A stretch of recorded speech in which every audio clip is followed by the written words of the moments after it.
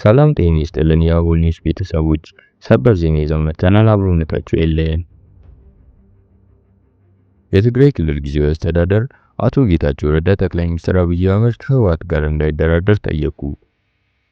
ጠቅላይ ሚኒስትር አብይ አህመድ ለራሱ የግልና የቡድን ጥቅም ሲባል የህዝብን ሰላም፣ የፕሪቶሪያን ስምምነት፣ የአገሪቱን መረጋጋት እንደመያዣ ከተጠቀሙ አካል ጋር እንዳይደራደሩ የክልሉ ጊዜያዊ አስተዳደር ርዕሰ መስተዳድር አቶ ጌታቸው ረዳ ጠይቀዋል።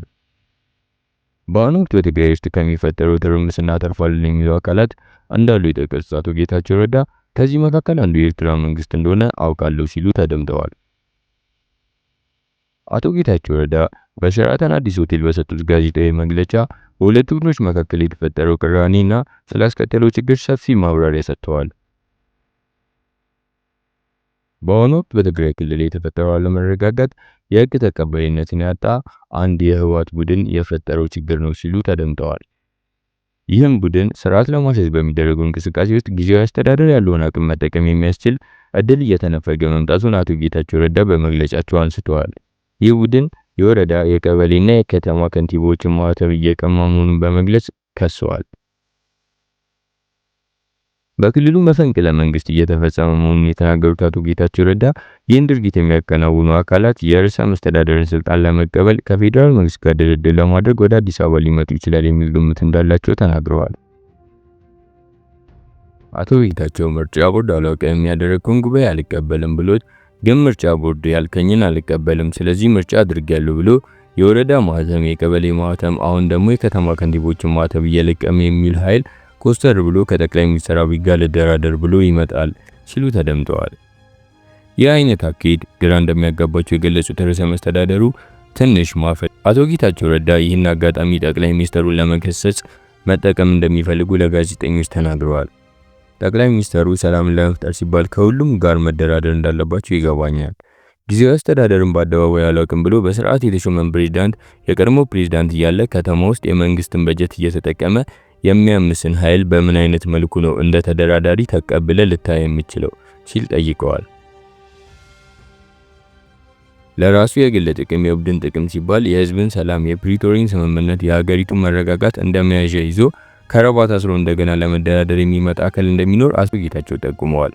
ርዕሰ መስተዳደሩ ምናልባት ዛሬ ከሰዓት በኋላ መጥተው ማህተብ ስለነጠቅን መንግስት እንድንሆን ይፈቀድልን እንደሚሉ አትጠራጠሩ ሲሉ ለጋዜጠኞች ተናግረዋል።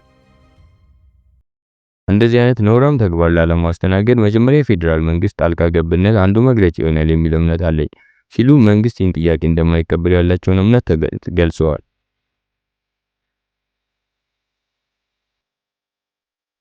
የትግራይ ክልል ጊዜያዊ አስተዳደር አቶ ጌታቸው ረዳ የሚመሩት ጊዜያዊ አስተዳደር የፌዴራል መንግስት በትግራይ ክልል ጣልቃ እንዲገባ በይፋ ለመጠየቃቸውን ተናግረዋል። በካቢኔ ደረጃ ተሰብስበን የፌዴራል መንግስት ወደ ትግራይ ይግባ ብለን አልጠየቅንም፣ መጠየቅም አያስፈልገንም ብለዋል። እንደ ርዕሰ መስተዳደሩ ገለጻ ይህን ጥያቄ ያቀረቡበት አንዱ ምክንያት ጊዜያዊ አስተዳደር የፌዴራል መንግስት አካል በመሆኑ ነው ብለዋል።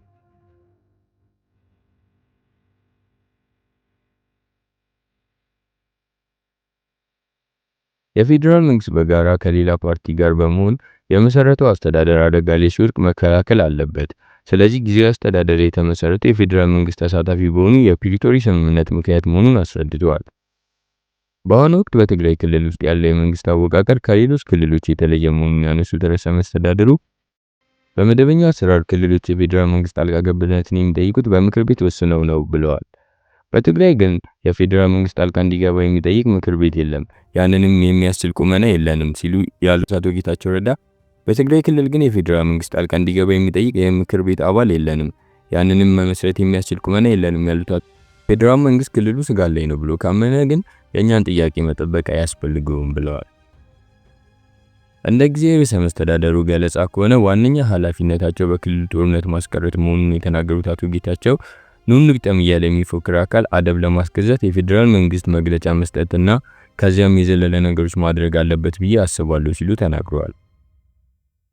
አቶ ጌታቸው በዚህ ወቅት የፌዴራል መንግስት እርምጃ መውሰድ እንዳለበት ያነሱት ሐሳብ ጦር ያዝምት ማለታቸው እንዳልሆነ ጠቅሰዋል።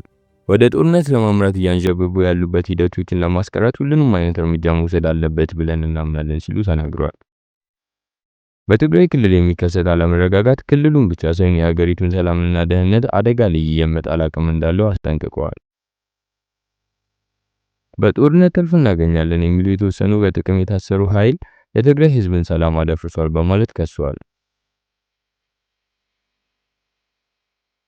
በኢትዮጵያ መንግስት ላይ ይሁንም በትግራይ ህዝብ ላይ የቆየ ቂም ያለው ሁሉ ይህን አጋጣሚ ተጠቅሞ የትግራይ ህዝብን ወደ ባሰ መከራ ሊያስገባት የሚችል ርብርብ እያደረገ ይገኛል። በተግባርም የሚታይ እንቅስቃሴ ነው ሲሉ ተደምጠዋል። በትግራይ ውስጥ ከሚፈጠር ትርምስ እናተርፋለን የሚሉ አካላት እንዳሉ በመግለጫ የጠቀሱ ሲሆን ከዚህ መካከል አንዱና ዋነኛው የኤርትራ መንግስት እንደሆነ አውቃለሁ ሲሉ ተናግረዋል። በተወሰነ ደረጃ እዚህ ትርምስ ውስጥ እንድንገባና ህወሓትን በመጠቀም የኤርትራ መንግስት እንቅስቃሴ የሚያደርጉ አካላት እንዳሉ አውቃለሁ ብለዋል። የኤርትራ መንግስት በተግባር ክልላችንን የጦርነት ቀጠና ለማድረግ ያለውን እድል እየሰፋ መሆኑን ተናግረዋል። ክልሉ በፍጹም ጦርነት ማስተናገድ እንደማይችል የገለጹት አቶ ጌታቸው ረዳ የክልሉ ወጣት ለእንደዚህ አይነት ርካሽ ተግባር ዝግጁ አይደለም ሲሉ ተናግረዋል። በእርግጠኝነት መናገር የሚችለው የትግራይ ወጣት ሊዋጋ የሚችለው በሌላ አካል ጦርነት ከታወጀበት ብቻ ነው ብለዋል። ከዚህ ውጪ የገሌን ወንበር ለማዳን ብሎ መስዋዕት የሚሆን ወጣት የለም ብለዋል። የክልሉ ህዝብ ሰላምን ስለሚፈልግ እርሳቸውን እንደሚደግፍ የጠቀሱት ርዕሰ መስተዳድር አቶ ጌታቸው ረዳ ወጣቱ ሰላምን ስለሚፈልግ 90% ህዝብ እኔንና መስተዳድሬን ይደግፋል ሲሉ በዛሬ ጋዜጣዊ መግለጫቸው ላይ ተናግረዋል።